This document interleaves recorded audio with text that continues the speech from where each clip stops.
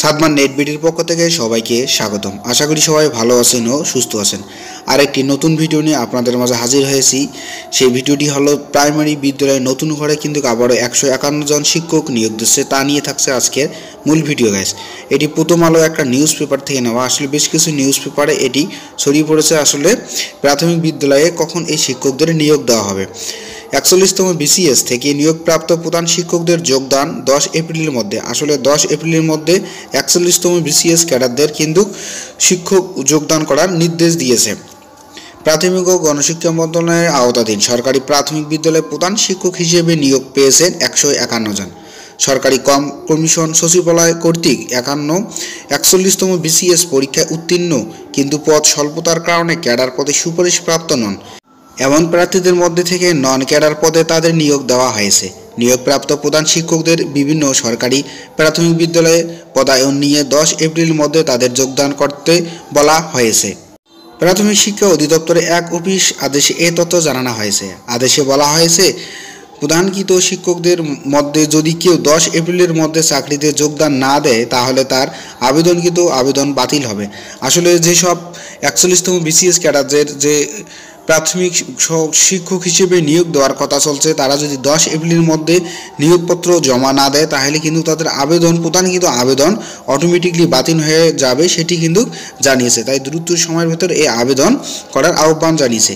প্রত্যেক প্রার্থী সংশ্লিষ্ট উপজেলা থানা প্রাথমিক শিক্ষা কর্মকর্তা বরাবর যোগদানপত্র দাখিল করবেন।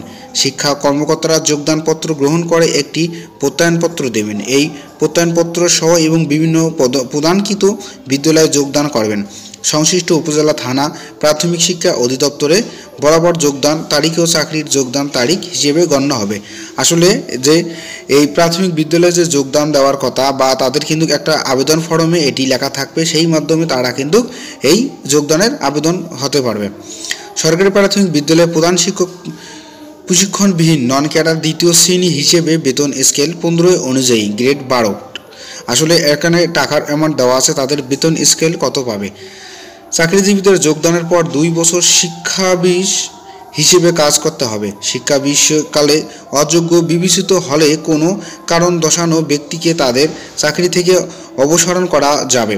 শিক্ষাবিষকাল এবং সন্তুষ্টজনক বিবেচিত হলে বিধি মোতাবেক তাদের চাকরি স্থানীয় করা হবে।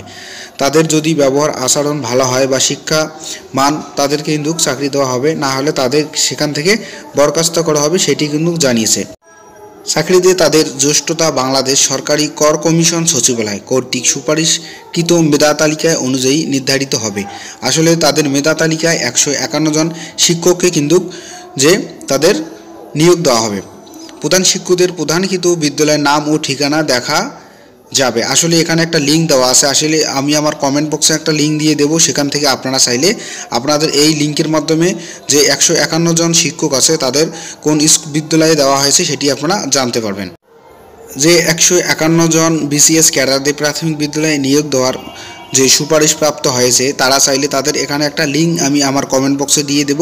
আপনারা সেখান থেকে আপনাদের নির্দিষ্ট এবং স্কুলের নাম এবং আপনাদের নাম, পিতার নাম, মাতার নাম সবই লেখা থাকবে।